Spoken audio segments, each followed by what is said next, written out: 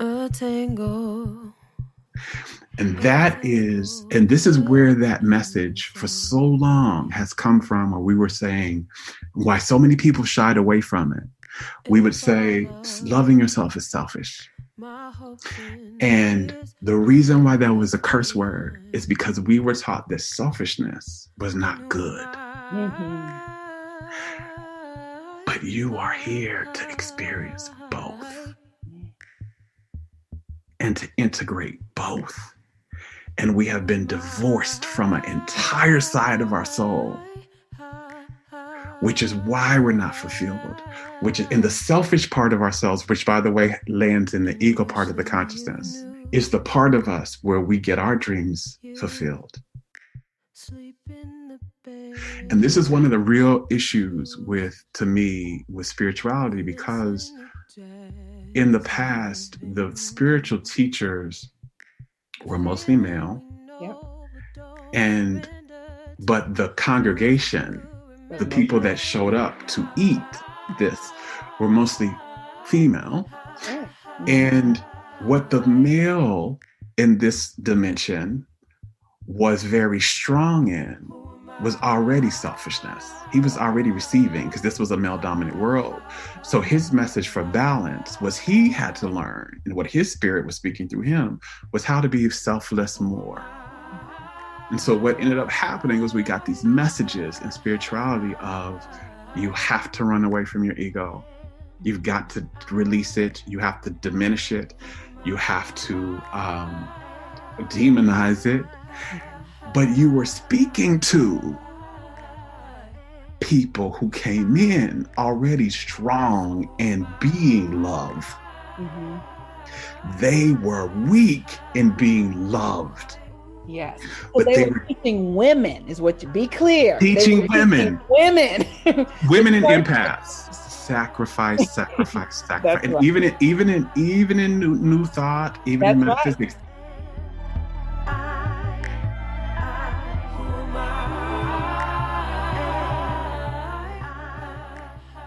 Greetings. I am your host, Monique Ruffin. Welcome to Forget Everything You Think You Know. And I'm so excited to be here for this Virgo full moon energy. I personally am a Virgo, so I have an intimate experience with Virgo energy. And it's important to recognize that Virgo is the energy of the healer. It is the energy that says, what's going on in my body? How do I integrate experiences so that the experiences actually serve me? Like Virgo is about service.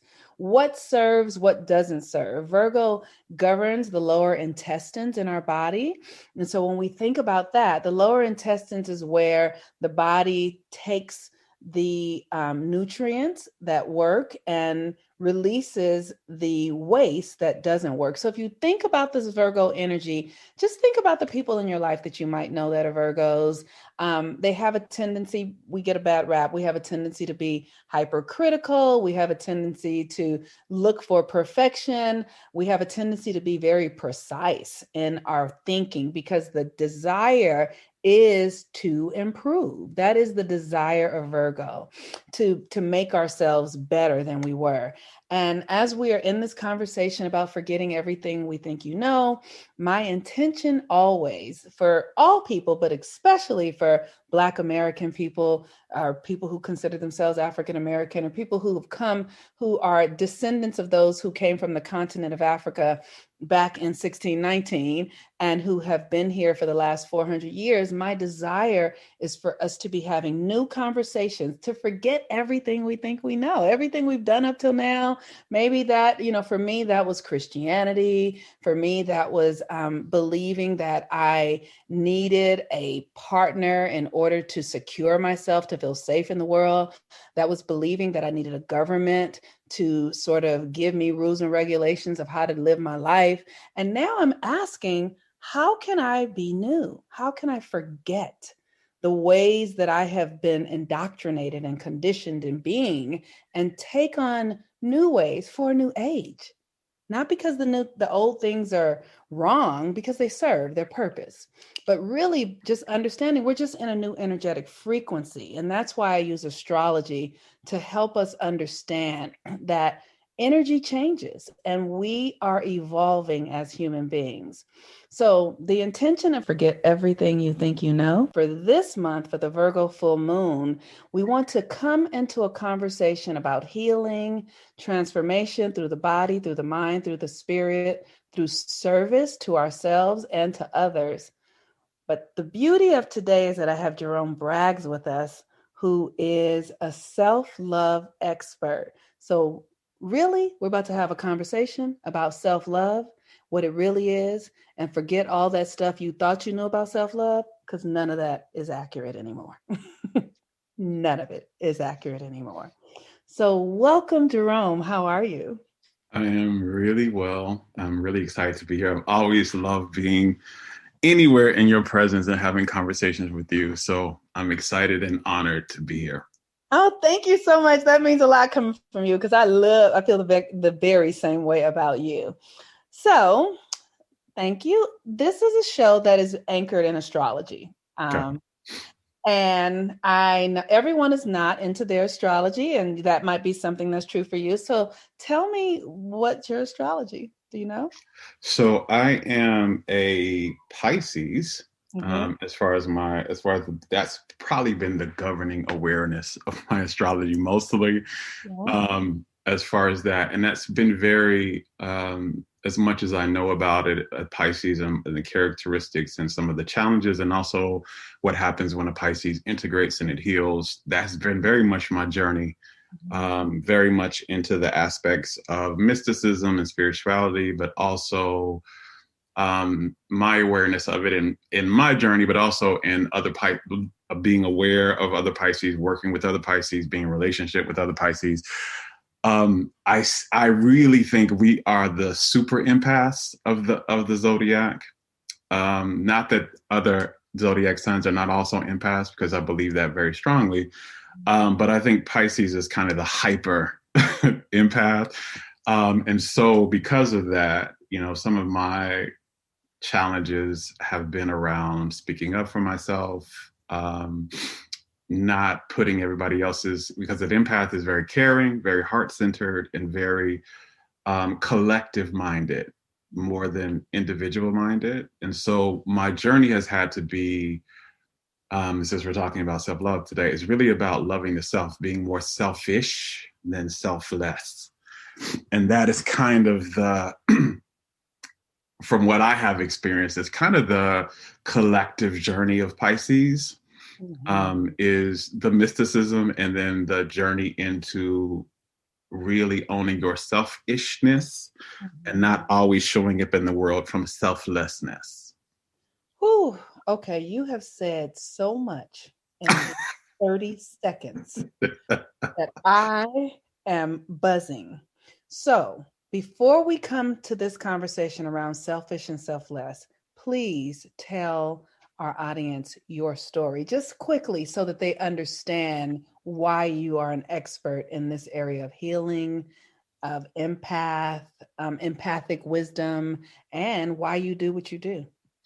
Yeah, so I had two near-death experiences. My first one was January 1st on 2004. I had checked into the hospital with what I thought was the flu, and ended up instead being diagnosed with several life-threatening illnesses and two terminal illnesses, which were the terminal illnesses were kidney failure and AIDS. And when I was diagnosed, the doctors gave me 7 days to live. And when I was on my deathbed at that time, I had a life review, which many people will have at the end of their life, but most people have when they actually cross over. And it is this, what happened was I had this, my whole life flashed before my eyes, and I was having this kind of conversation with myself with, did I live this life well? And was I ready to go based upon how I had lived this life? And I was 24 at the time, 23 or 24 at the time.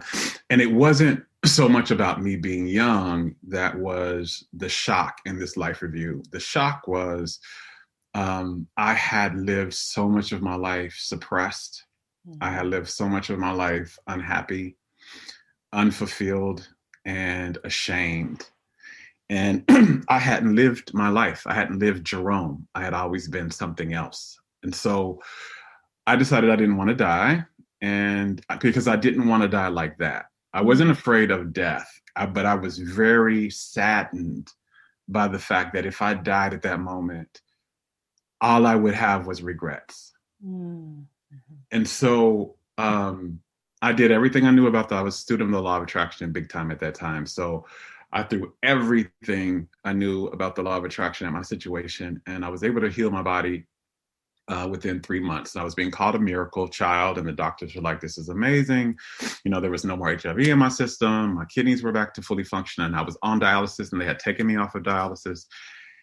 And I thought I had it all figured out. I thought I knew well-being. I thought I knew what it took to create and manifest. I thought I knew what life was really all about. Until I found myself back in that same hospital a year and a half later with the exact same diagnosis, every single illness to the T. And I had like 8 illnesses at that time. Every single illness to the T, exact same readout to the T cell count. And I knew at this point that instead of having a life review, I had really some questions, because I knew that I knew this wasn't a coincidence. That if this was very rare, like they had never seen somebody present with all of these things at once. And instead of 7 days, by the way, this time I have 48 hours. So I knew that if this was going to be my experience, if this was the experience I was having, this wasn't a coincidence. This was a message. And this was something my soul was trying to tell me, you know, that I was being very hard-headed and not hearing. And so I just kind of surrendered in that moment. And I said, "I'm here. Like, what, please speak to me. And I want to know specifically, I want to know what it really takes to be healthy and what it really takes to be happy." Because obviously what I learned before wasn't it. I want to know what it really does.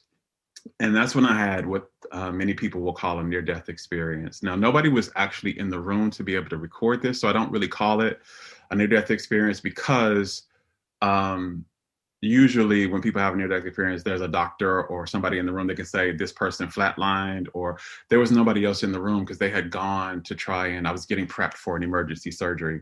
So they were all gone. But I literally crossed over into another dimension. And I remember feeling this immense feeling of oneness.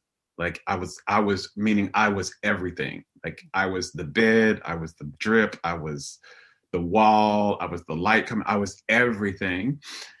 And then I saw this kind of entity coming towards me. It was this bright light, and I could feel it was something.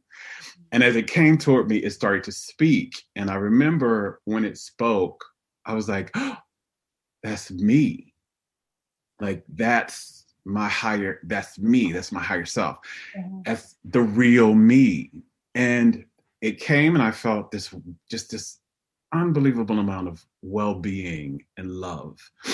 And it said very clearly to me, it said a few things, but the main thing it said was the answer to true health and happiness, the health and happiness that I really wanted, was to love myself fully. And that I didn't know shit about that. And it said shit. I didn't know shit about that. But that I was going to learn, and that my learning was going to be a part of my purpose on this planet. Like I was going to be called to share the journey that I had taken and what I had learned from that journey. And then that was going to be my healing. And so then after that kind of conversation, I came back into my body, and I knew then that I had given this, like, I had been given the big blue or red pill moment, right? Was I going to stay the same, or was I going to go on this journey of learning how to deeply and truly love myself? And by the way, I was scared shitless at that time, because what I thought my purpose was at the time was to be a famous singer. I thought that was it. And so, but I knew that this was going to be different than that. This was going to be something different. And then the other part of it also was, I didn't know anything about loving myself, right? I thought I did. Like, oh, I would buy a shirt in the mall if I wanted that shirt. Or I thought, if I would, get a massage if I thought I wanted a massage or something like that. But I knew from this experience that it was different than that. Mm-hmm. This was something different. Mm-hmm. And that the person who I was going to have to die in order for me to really live. And that was very scary for me because I didn't know who this person was that was getting ready to live. I didn't know anything about him. And all I knew was this, and I was being asked to let go of everything I knew. But I also knew that if I didn't, I was going to die. I wasn't going to live. And so I made the decision that I was going to take this journey and that I was going to take it as deeply as possible. And I remember saying out loud in the hospital bed, I'm here for the long haul. And I don't care how long it takes. Teach me deeply. I don't want to take the quick route because the quick route got me back in the hospital. I want to go deep. No, I didn't know that deep many, many years later, but that's what I made my intention for. And what happened after that was just a very mystical, miraculous journey of deeply understanding what loving ourselves really is, what it's not, why it's the greatest medicine on the planet, why it is the greatest transformative practice available to us, how everything we've been learning about it is either false or it's just not complete. And what I began to learn and what I began to practice, and I want to make it very clear, it wasn't all like this uphill journey. It was a long journey for me because I had a lot to unpack. And there was a lot of, health issues on the way. And there was a lot of surgeries that I had to have during this process. But all of that was giving me time to really learn and then apply and integrate and then see what was working and see what wasn't. But the more I began to truly get it, the more my entire life began to transform into something more well and delicious than I could have ever dreamed possible before. Mm. And that's where I am today. That's why I do what I do today. That's why I speak so much about the practice and the process and the journey of loving ourselves, because I truly believe until we learn how to do that right and effectively, nothing in our life will be wholly well. And nothing in our life will ever be really delicious. And that we are here for both. Right. We are here for well and delicious. And the key that unlocks that, the real secret, is loving ourselves. Thank you. Thank you for that. That sits so well in my heart. It feels so good to hear you say it. Thank you. So I want you to share with our audience what you, as a Black person, who is your family's descendant, have been here since 1619. Okay, great. I just want to, what would you say we have been getting wrong around this conversation about self-love? I love this question. I really love this question. So I always bring things through my journey first and then into the collective. So what I had to learn about loving myself, well, actually, let me speak about it first. Let me say this. So the purpose of self-love is to embody more of the energy of the soul that we are. Because the soul that we are is love energy. That is what it is. That is what it is made of. That is what it's made from. That is what it's made for. And the embodiment of that is a frequency and a vibration. And it's also a consciousness. So the more we love ourselves, the more in our consciousness we hold the truths of our soul. And the more in our body we hold the energy and the vibration of our soul. So that is literally the purpose of it. But the practice of it is very simply to deeply and unconditionally honor yourself. And I found there are many ways in which that is. Like there are 5 paths, really, what I call the 5 routes of honor. But as a Black person who was descended from Africans who were enslaved in a country. Um, the thing around self-love that I had to learn, of the 5 routes, the 3 that were the most, that were weak for me, and that were lacking, and I would say malnourished for me, were: 1, to cherish myself, to look at myself and my entire being from a space of adoration, unconditional positive regard. That is how I look. That is how I speak. That is how I move through the world. That is what I have or I don't have. That is who I am naturally. Can I look at that? Can I speak about that? Can I show up for that in a way that comes from unconditional positive regard and adoration? And as a Black person in a country where the history of approach towards me was not unconditional positive regard, it was definitely conditional regard. And that condition was, did I appear professional enough? Was my language in alignment with the dominant, colonial or white language? Was my body, like, I grew up teased a lot from my body because I was not thin. And so, and thin was the message when I was growing up of beauty. That was the narrative. You had to be thin in order to be lovable. And so I grew up with feeling like there was something wrong with me. And I think a lot of Black people can really, in this country particularly, can really align with this narrative that who you are as you are is not enough. There is something wrong. It's not lovable as it is. It's either less than, or it needs to be fixed, or it needs to be changed in some way. And for me, that change was how I looked, and also how I expressed, like the way I spoke and things like that. So that is the first foundational piece, was my journey was looking at all the ways in which I had a lack of cherishing of myself unconditionally, a lack of unconditional positive regard for myself, and where I was holding myself up for that unconditioned. I'll be okay, or I'm really okay, or I'm really somebody when I have this much money, or if I have this degree, or if I get this 6-pack, or if I am approved in this way, or something like that.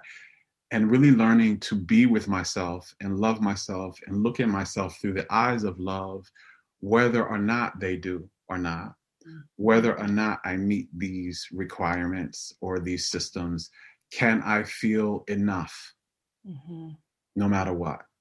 And so that is something, I think, foundationally, one of them, that Africans who are descendants of the ones who were enslaved in a country, whether that's here or in any other country where they experience that, you get really disconnected from the unconditional positive regard of yourself. Your regard for yourself becomes very conditional.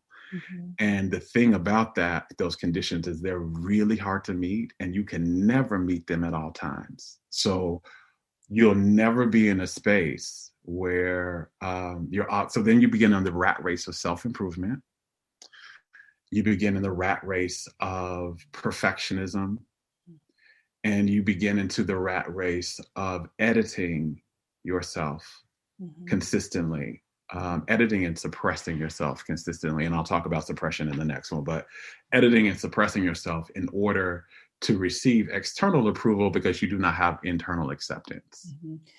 Can I just add, this is so appropriate for the Virgo full moon, because these things that you just named in the shadow, right? Like editing yourself, criticizing yourself, rejecting yourself, all those are shadow aspects of the Virgo energy. And the way that you language them in the positive are the negative shadow side of Virgo. That criticism and judgment and self-abandonment, all of those are ways that Virgo functions when it's in its shadow.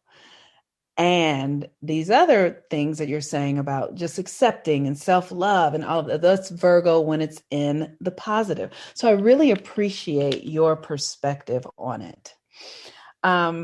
There was something you said early on about the law of attraction that I really want to talk about, because I feel like this conversation around the law of attraction is, I have languaged it myself as if it is like, it's the preschool version of being a creator or being a metaphysician, where we have this idea that we can get whatever we want from, it's like God is Santa Claus, right? So tell me about what you discovered in the law of attraction and where you are now in that understanding. So I love that you brought that up, because I speak a lot about that. And I've had a lot of ahas and downloads around that that are different. And so the law of attraction is the governing principle of this universe. However, there's an evolution to the understanding of it. So just like we would say, mathematics is the governing way of how, systems work here. But you just learned about it, and how they were describing it to you was in the language of addition and subtraction. But there's calculus, and there's geometry, and there's physics. And so what I have come to understand is, and what I got a download around, which really changed my perspective around this, is that is the way, the languaging of it was the way we needed to hear it at the time, because we were not at a place in our consciousness collectively where we could have really understood and grasped onto it in that way. So one of the things that I have really understand now that has really helped me move more into the world is it's not really about attraction. Because if you understand that you are all that is, then there's nothing outside of you. It is all already part of you. What it is about is allowing that part of you to come through you and to be realized in your world. And so there's nothing outside of you that you have to go and get or that you need to draw to you. There is everything inside of you that you need to allow to come through you. And so what it really is, as far as the language of it, is more the law of mirroring or the law of reflection. And so everything in how we will say, mostly how people understand it, is like attracts like. But it's more like manifests like reveals like reflects life. And so what that means is the consciousness and the energy that I hold within me, what I experience in the world must reflect that. It has to reflect that. It cannot be in my experience if it is not a reflection or a support in some type of way to my internal consciousness and the internal energy that I hold. And so, but it's like a mirror. So if I'm looking in a mirror and I don't like that reflection, and I'm sitting here cleaning the mirror and doing all this stuff and burning sage and all this external stuff to try and change this mirror reflection, that doesn't really do anything, right? And maybe if the mirror is a little dirty, like it'd be a cleaner reflection, but it's still going to be basically what I was seeing before. What I have to change is what the mirror was reflecting. And that is the energy. And so what people will say is like, the law of this universe really is the better you think and the better you feel, the better you manifest. That's what I really like to say. And what I learned about why I say self-love is the secret, because it is impossible to think well and to feel well when you don't think well and feel well about yourself, and when you don't think well and feel well about your life. It is impossible to feel good on any type of consistency when your constant daily internal state is in shame, or it's in fear, or it's in suppression, or it's in unfulfillment. And so the real work of manifestation is to love yourself more. And what I found is the more I just did the work of loving myself more, the more stuff just manifested for me. The more I didn't have to, I don't do vision boards anymore. I don't do, all the manifestation tools anymore. I just do the work of loving myself more every day. And the universe brings it. Because this is another thing that I think we miss out in the law of attraction conversation. Life loves you. It loves you. You are the loved and the lovable. And so because it loves, and because the whole, one of the big essences of love is to give. And so life loves you. So it is always giving you to you unconditionally. The big thing is, are you in a space to receive it? Mm-hmm. And there is no other practice out there that allows you to open yourself up and center and ground yourself in the space of receiving than self-love. Self-love is the practice of receiving. And that is something that we have not really been taught how to do. And this is the thing. So this is what you're asking about the law of attraction. This is the big missing piece to me, because what so many of us are in the law of attraction is the asking. And that's all great and good. You need the asking. You need to be clear about what you want, what you don't want. You have to be absolutely clear on that. But because you are the loved and because you are the lovable, once you ask, it's already given. The next step is, are you in the space to receive? And then the other part of that is, because I am loved and I am lovable, and loving myself centers me more into that awareness, I also know that my consciousness in this human form does not always have the biggest picture. And so I think I know what I want, but what I really know is love knows what I want better than I do. And so I just want to be in the space where I can allow love to shower me with what it knows that Jerome really wants and that will make him feel more alive. But again, I have to be in a space where I'm not sabotaging that, where I can receive that, where I am energetically matched to that, and where my consciousness allows that to flow through me, because it's coming through me. But if I am not a channel that allows love to flow through because I don't have love, then I will constantly be on this rat race. And that's where people are stuck in this, the law of attraction is not real, it doesn't work, it doesn't do. It does. But we have been coming from this understanding of the missing pieces. You are the loved and you are the lovable. And that's it. Go ahead. I want to jump in because I'm a woman and I talk to a lot of women. I'm a coach, right? And I talk to a lot of women. I do coach some men as well, but a lot of women, and you probably coach women as well, who are in conversations about wanting love, in conversations about this idea that they don't have love, that they are waiting for it to come from out there somewhere. Mm-hmm. So I want you to speak to that, because when I hear you talk about this cherishing, all the parts, everything, how does that align with people who are looking for love and they feel like they don't have it? So you just spoke something in me, so I'm gonna address this, but then I want to speak about something I haven't shared in public yet. Mm-hmm. So the thing about this is that the lack of love that we're constantly, if you're in a place of seeking love, what you're really doing is you're seeking the love you didn't receive in your childhood in some way.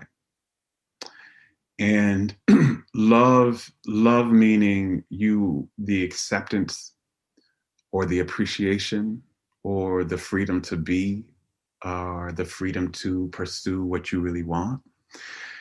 And because what you really are always looking for is a feeling of love more than the experience of it. You want the feeling of it. And so, what the big thing to understand is you cannot receive from other people until you have received from yourself. Because when you are starving for it from yourself, what you begin to do is you begin to look for relationships that are based on approval and not love, because they are different. It's very different, because love is about appreciation, it's acceptance, it's about freedom, it's about safety, it's about getting needs met, it's about boundaries, it is about joy, it is about cherishment, it's about trust. And what you will do when you don't have the self-love is, if that's what you think you need, and that person shows up and they require something of you that's different than who you are, you will try and edit yourself in order to receive that. You'll try to suppress yourself, or you'll try to change yourself, or you will, if they have that thing that you've been wanting. A friend of mine likes to say, like, we're constantly attracting people. Before you love yourself, you attract people who have 99% of what you want, but that 1% that's missing is 100% of what you need. Woo! And this is kind of what happens, right? And so, why I like to say, it's not that you can't be loved when you don't love yourself, because you are the loved and you are the lovable. That is your actual nature. But what happens is, you don't draw in the type that you need, because you're looking for somebody to, again, when you're not meeting your needs for love, you're not even really clear about what they are and how they need to come and what frequency they need to come and what's not okay and what is okay. And so you're still trying to get this person to meet this need. And so you draw in people that consistently don't meet the need. And so you're not fulfilled. And you'll get the partner that crosses all these things off this box, but you're wondering somehow why I attracted this partner and they're not the thing. And that's because they are, again, reflecting who you are. If you are not loved and fulfilled and expressed, you cannot manifest a partner who is going to make you feel more of that.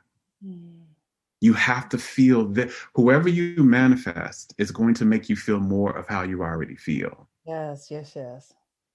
So that's the big thing for me about, we're seeking for this love externally from a place of lack of it internally. Woo! Yes. And that is the thing that will fuck you up. Yes. Because you're just going to continue to manifest relationships that leave a hole in you somewhere. Mm-hmm. Mm-hmm. Because that, by the way, the main purpose of a relationship, the main soul purpose of a relationship, the main reason why the soul manifests this person is for them to reflect to you who you are and to help you see who you're being invited of more to become. So if I am unfulfilled and I do not cherish myself and I feel ashamed, guess what partner I'm about to draw to me? Mm-hmm. That partner it's going to be real cute for the first week or so. But they cannot escape their purpose. They have to mirror. Yes. And so eventually I'm going to start to feel shame in this relationship, and I'm going to feel unfulfilled in this relationship. And it's that person has done their job. They have come and helped me see this is what's in you, and we got to work on that. So that's the big thing for relationships for me that I see is why so many are not working. Mm-hmm. Mm-hmm. Because we think the answer to filling the cup is always external. And the spring is always internal. Mm-hmm. And then it gets supported externally. But the Yeah, spring is always internal. that's right.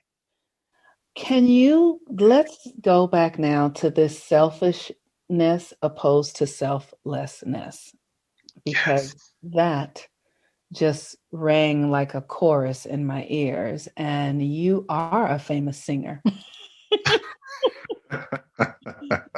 Those words just touched me. So tell me about that, please. So this is the thing. I love this segue because I said I wanted to speak about something I hadn't spoken about in public yet. So I have been getting massive downloads the last year, more than I have been before. And as a channel, that has been my journey. I get downloads, but most of them have been from me. But this was what changed my world. This changed my view, and it's changed. As a matter of fact, there'll be some changes in my work based upon these downloads that I got. Especially, they went deeper this year, and it was around really the purpose of life and and relationships, the purpose of life and relationships. And what I received was this knowing that, you know, a lot of us have been taught, and we have this conversation that life is a school and that you're here to learn things, and those learnings will expand you, and then you graduate to a point where you don't come back at this life experience anymore. And I have been shown, because I did mediumship work for many years, and channeling work for many years. I knew years back that that was a false narrative. Um, but I didn't know, and I was getting pieces of it that I would get more clarity around it, what it actually is. But it was in this last piece, it was dropped heavy. And what it is it's not a school. And what they told me to do is think about it more as a gym and a playground, where the soul has come into this dimension to learn, to not learn, but to strengthen its ability to be the unconditional nature of itself in a world of conditions. And because this is a duality place, there are two sides of your unconditional nature that you are learning to be. And this is going to tie into selfless and selfish. You are learning to be love, which is the selfless part. And you will learn, and well, let me take the word learn out, because again, the soul knows everything. But you are strengthening your ability like a gym, like a muscle. Yes. So it strengthens your muscle. So you're strengthening your ability to be love, and you're strengthening your ability to be loved, which is the selfish part of it. Most teachings, especially in spirituality, have been in our history, have been coming from the selfless part. It's better to give than it is to receive. Think of your neighbor. Turn the other cheek. Be slow to anger. These are paradigms and teachings that are looking at the collective over the self. The Age of Pisces is what it is. That's the Age of Pisces, right? Okay. And so it's looking at the collective more than you look at the self.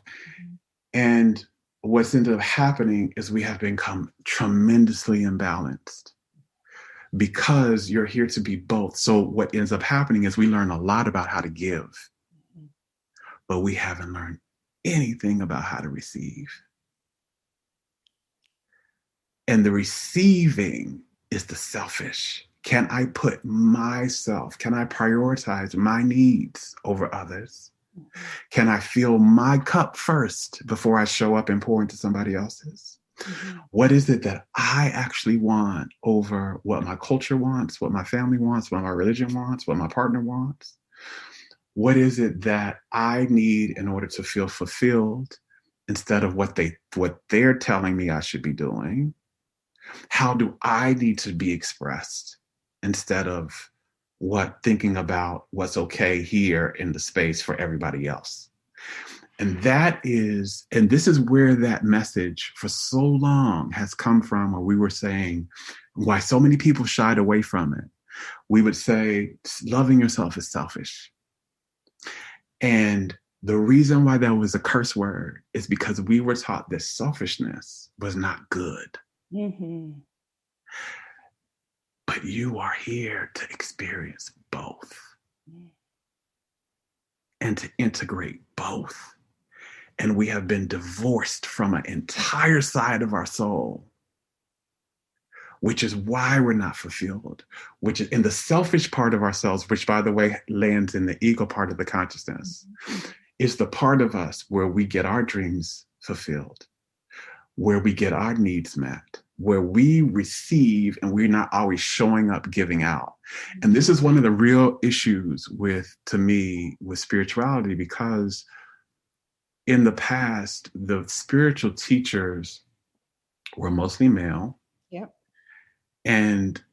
But the congregation, the people that showed up to eat this, were mostly female. Right. Mm-hmm. And what the male in this dimension was very strong in was already selfishness. He was already receiving, because this was a male dominant world. So his message for balance was he had to learn, and what his spirit was speaking through him was how to be selfless more. How to really kind of amp up his viewpoint of others, how to amp up his empathy, how to amp up, his ability to see from oneness and not see so much from the self. And so what ended up happening was we got these messages in spirituality of, you have to run away from your ego. You've got to release it. You have to diminish it. You have to demonize it. Mm-hmm. But you were speaking to the souls who came in to learn. So the men came in as strong in being loved and to strengthen their ability to be loved. Mm-hmm.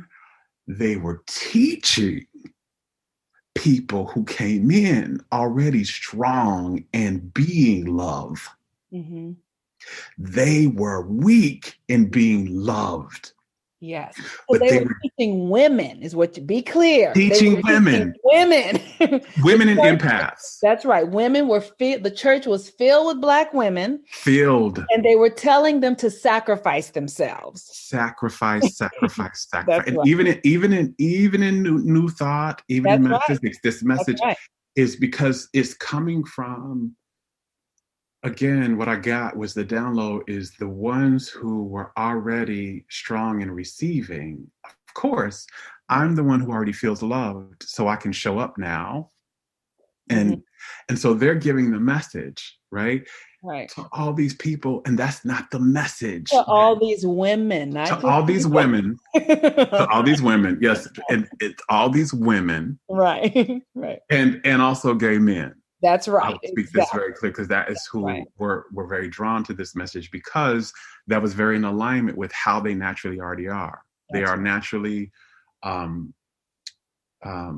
serving. They're naturally overgivers and caregivers and things. They're naturally self-sacrificing. So this message was supporting how they, and also very heart-centered and really caring about people. Right.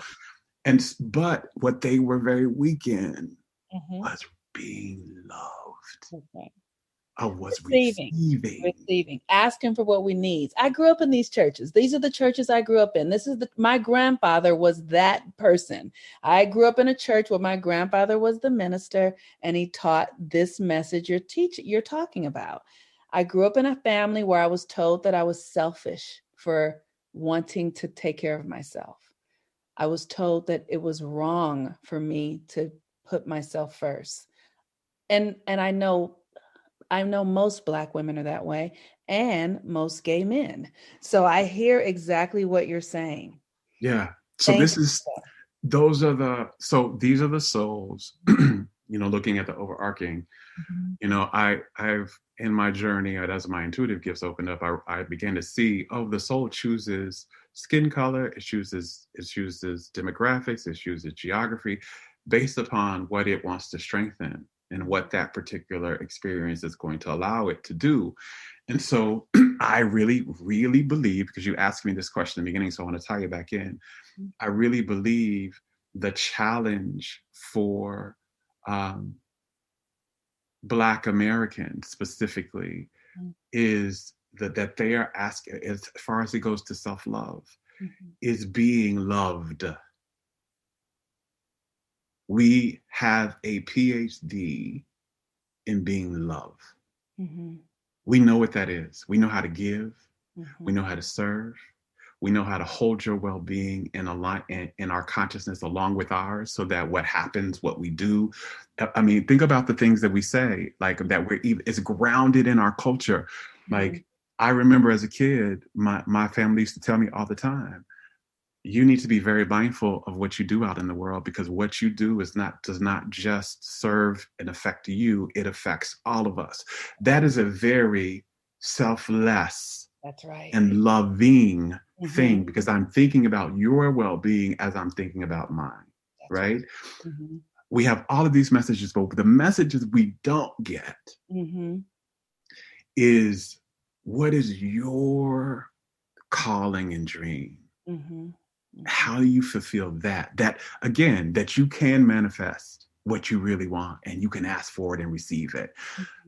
That you can relax. One of the big things about Blackness is one of the things that I am very adamant about helping us heal and transcend from is exhaustion. That's right. So when you live from selflessness a lot, you don't rest.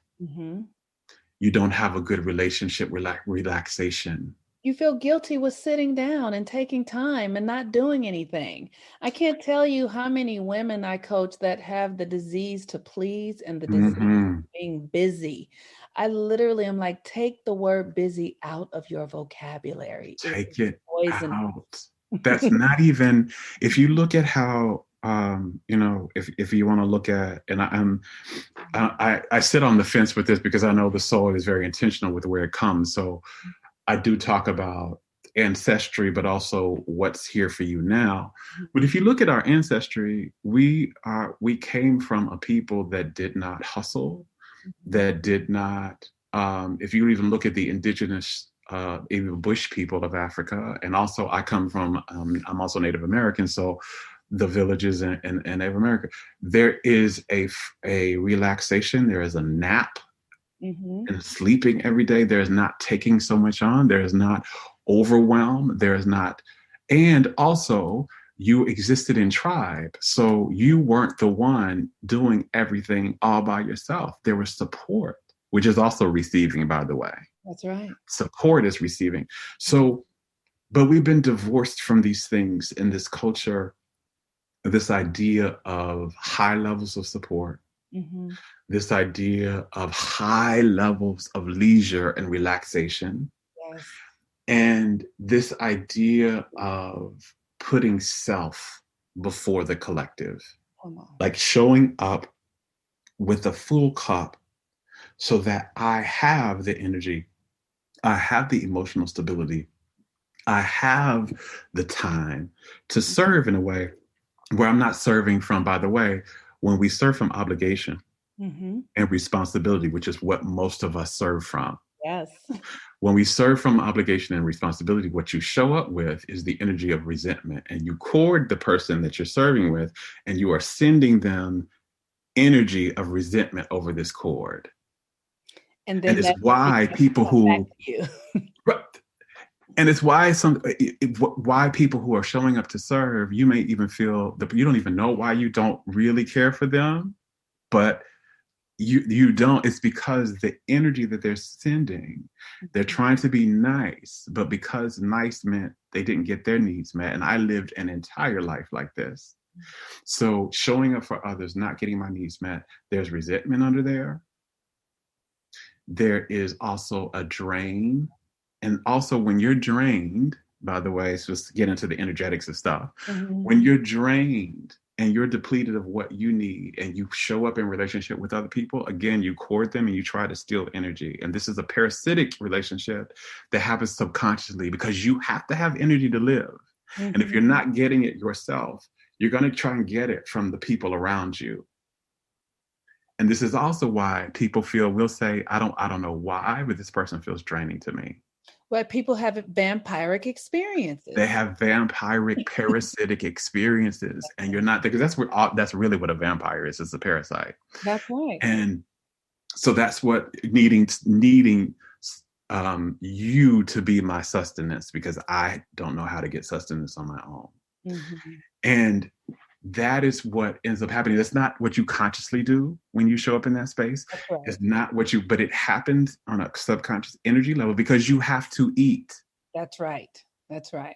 And so we end up feeding on one another. Yeah, we feed on one another when we're not feeding ourselves. That's right. And so this is the exchange that happens when you don't receive and when you don't and when you're not selfish. Mm-hmm. You literally become a parasite. Mm-hmm. Mm-hmm. And you not only become a parasite, but you're also drained. You're too drained, and that's where illnesses manifest. Right. And that's where you feel like life isn't worth it. Mm-hmm. You know, this is where I laugh a lot now when people come to me and they'll say, you know, they're always struck because I laugh first. Mm-hmm. But when they come to me and they say, like, I don't know about this life, and I don't think I just want to hurry up and get my lessons so I can not have to come back here. And I always laugh because I was like, baby, do you understand this is the prize? This is it. And you're going to come back here, but let's get it to where let's teach you how to do the self-love work so you can see that this isn't a punishment. Mm-hmm. And that you can start to be filled and you can start to be nourished. Mm-hmm. And you can start to be fully happy and expressed, and you can start to see the wonderment that is this life experience. Mm-hmm. Instead of the hell. It could be the heaven that it's supposed to be, instead of the hell that you're living. Yes. Wow. Jerome, that is so powerful. I'm profoundly moved by this thing you're saying around selfish and selflessness as it pertains to Black people and our ability to be able to make ourselves our primary our primary goal or our primary objective or our primary service, right? To really put ourselves first through this experience of loving and understanding. Gosh, what you just said about the church and how that was set up, that's mind-blowing and profound. So I hope that everyone hears this. So we are here at about an hour and some, and I want you to, before we go, I want you to share, I want you to sum this up in how we can best bring the tools of loving ourselves into our daily practice, Jerome. And then I want you to share how we can find you, how people can work with you. Yeah. So I'll address this by finishing a question you asked me before, because you asked me about loving ourselves, and I said there were three kind of root areas that mm-hmm. there are five overall, but there are three root mm-hmm. that I see particularly for Blackness. But many people, even if they're not Black that are listening, these are the root kind of most from people. But first one was cherishing. The second one is expression, expressing your true self. And that is where you're not suppressing yourself anyway, where you're not editing yourself anyway, but you are going into a deep level of acceptance and expression. I lived most of my life in suppression and editing. And even thinking about as a Black man, I talk a lot about this. I remember when the conversation of Ebonics came out, and I remember saying, I was in love with Ebonics mm-hmm. and I thought it was a real language. And there was not this thing. And I grew up with parents who would constantly critique my grammar and my diction because the world needed to see a professional Black man. And if I was going to succeed and I was going to be happy. But what that did was that always made me put out a version of me that wasn't what the authentic me was in the moment. Mm-hmm. And so that is one of the big areas of loving ourselves, is diving into the truest, most authentic version of you and letting that exist in the world in every moment that you show up. And sometimes for me, that's in the most professional settings. I speak Ebonics, I cuss, I use Black gay vernacular because that's who I am. Mm-hmm. There are some times where I'm very serious and I give my Morehouse College education and my master's degree and all of that. And it's not because I think this is what this needs. It's just what is coming from me in the moment.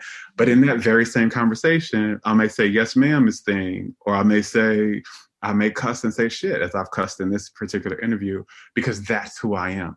Mm-hmm, mm-hmm, mm-hmm. And so that aspect of expressing is also about receiving. It's also a selfish expression, because I'm not concerned about what's appropriate for you. I am concerned about what is nourishing and healthy for me. Right. And no more code switching. No more code switching. I'm not for it, by the way. Right. I know we're celebrating. I've seen a lot of things on social media where we're celebrating it. And I just sit and I was like, love, that's suppression. Mm-hmm. That's oppression. And I am here for love. And love is acceptance of the self and expression of the self. Mm. So that is the second thing, is a deep level of living the true you in every moment. See, again, the soul is unconditional. And this is, we're here to strengthen our ability to be the unconditional nature of ourselves. So can I express myself unconditionally, no matter the condition? Mm-hmm. Can I be the true me, no matter the condition, even if I'm scared? Mm-hmm. Mm-hmm. The other thing is fulfillment. And this is a big one. This was a big thing from my healing journey, because fulfillment is actually medicine, is wellness. Fulfillment is wellness. Mm-hmm. And fulfillment is like, do I have a really good relationship with my passions? Mm. Do I have a really good relationship with what's fun and what's pleasurable for me? Do I have a good relationship with meaning? And that is food. That is soul food. Just like I would not go a day unless I am consciously trying to fast. I would not go a day where I don't eat something to support the wellness of my body. I have to be just as mindful that I do not go a day without eating something that nourishes my spirit. Mm-hmm. And fulfillment is what nourishes the spirit. And we have been divorced. Mm-hmm. We have placed obligation and responsibility over fulfillment. Mm-hmm. Mm-hmm. That is resonating so deep in my heart. I'm often, in my study of history and, being of service to people and working with people to assist them in healing, one of the things I'm always often reminded of is that we spent hundreds of years working for others and not considering our own desires. And not only did we work for others, but we worked for no payment. So we spent hours in the field, hours taking care of other people's children, hours with no money, nothing given in return. That was ours to say, this is the value for what I have done. Yeah. So we have been deeply conditioned out of this thing you're talking about around fulfillment. Deeply conditioned out of it and deeply conditioned into, which was, my God, my whole healing journey was around these two things. Mm-hmm. Deeply conditioned into exhaustion and unfulfillment. Mm-hmm. Mm-hmm. So living lives that exhaust us, yes, and living lives that we're not fulfilled. Now, we may have money. Right. We may have accolades, but we don't have the things that breathe life through us. That's right. We don't have the things that make our lives say, this is why I came here. Mm-hmm. This is why I'm here, and why I come here why I re-emerge into the physical every morning. This is it. Yes. And there's something else that you said earlier that speaks to this to me also. is desire, like that we don't know what we desire. And sometimes that's just as a woman, I don't know. Like I like this shirt, but I also like this. So I don't want to act like it's not uncommon to not know what you want, right? Like that's just kind of a thing, right? But desire and fulfillment can serve one another. Yes, would you say? This is what when you spoke this to me, it breathed this into me, and I was like just jittering about it. Because yes, like the journey of not knowing what you want all the time is there. But the thing where we've been disconnected from is the permission to take the journey to find out. Oh. So it's yeah, I may like this and I may like this, but am I giving myself permission to explore both? To go in the direction of both and say, "Ooh, okay, well, I did this and I found out this wasn't it, but this is more of this, and let me journey over here more." Think about all the areas in which we suppress our ability to take the journey to find out. Mm-hmm. In sexuality, in work, all these things, mm-hmm. Even in everything. Everything. Mm-hmm. So that's another part of loving myself, is giving myself the permission to take the journey to find out what it is I actually want, and to go down the path. When something seems interesting, I can go over there and find out. Mm-hmm. Mm-hmm. That is so beautiful, Jerome. I am profoundly moved by your work. Always. Like, I'm moved by your work. I'm moved by your ability to communicate these tools and the lessons and the downloads, because they are enriching in ways that deeply matter. And I would love for you to tell people where they can find you, what you're offering right now, and how they can benefit from the tools that you have created to help us move ourselves forward. Thank you. My website is jeromebraggs.com. I'm all over social media. If you just put my name out, my Facebook page, where I do a lot of videos and posts, is facebook.com/Coach Jerome Braggs. I'm at Jerome_Braggs at Instagram. I tried to get everything the same. It didn't happen that way, y'all. So they're a little different. But right now, my biggest offering is I have created an online community called Self-Love Academy, where I teach exactly everything that I learned in my journey about loving ourselves. I give it all. I talk about, how to heal the body through self-love. I talk about boundaries. We talk about how to be selfish. We talk about how to be selfless. I go all there. And I also have guest teachers that come in who I have personally vetted, that have medicine around loving ourselves in some form. And that is something that you can do on your own pace. You can do these classes on your own pace. You have access to every single class that has, once you get into that academy, that's happened before, as well as the live classes that happen monthly. There are usually 3 to 4 live classes that happen a month. And it's just a place of community where I really wanted people to really be able to come that are ready to learn the real truth, and where I could be no holds barred. Because there's some things I could say publicly that, because they're very cutting edge and they go against, I may be attacked in other places, but in this place, this is a safe space. We go deep. You learn how to give yourself the medicine of your own love. You learn how to integrate being selfish and your path of being selfish with your path of being selfless. And you learn those things, the cherishment, the fulfillment, the expression, and then the other 2 paths that I share in the group. Mm. So that's Self-Love Academy is where it's at. There's a group. They even play together. People have done projects together. They do stuff on their own. There's a whole Facebook community where, you connect with other people that are doing this as well, that everybody that's in the community, they connect there. But that's my tribe. That's my place, where I teach what I'm learning and have learned and continue to learn.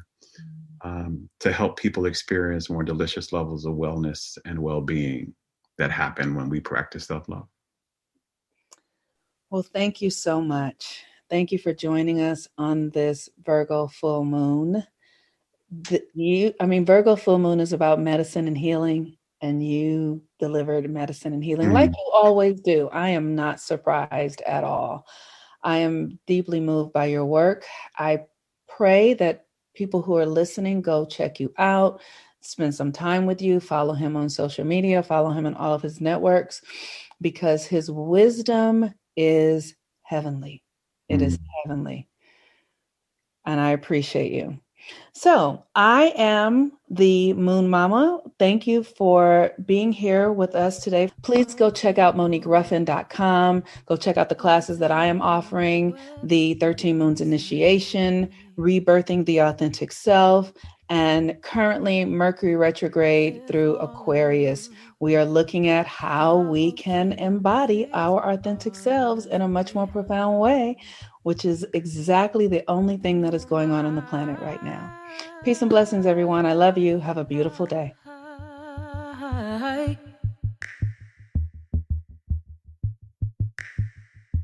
Who am I?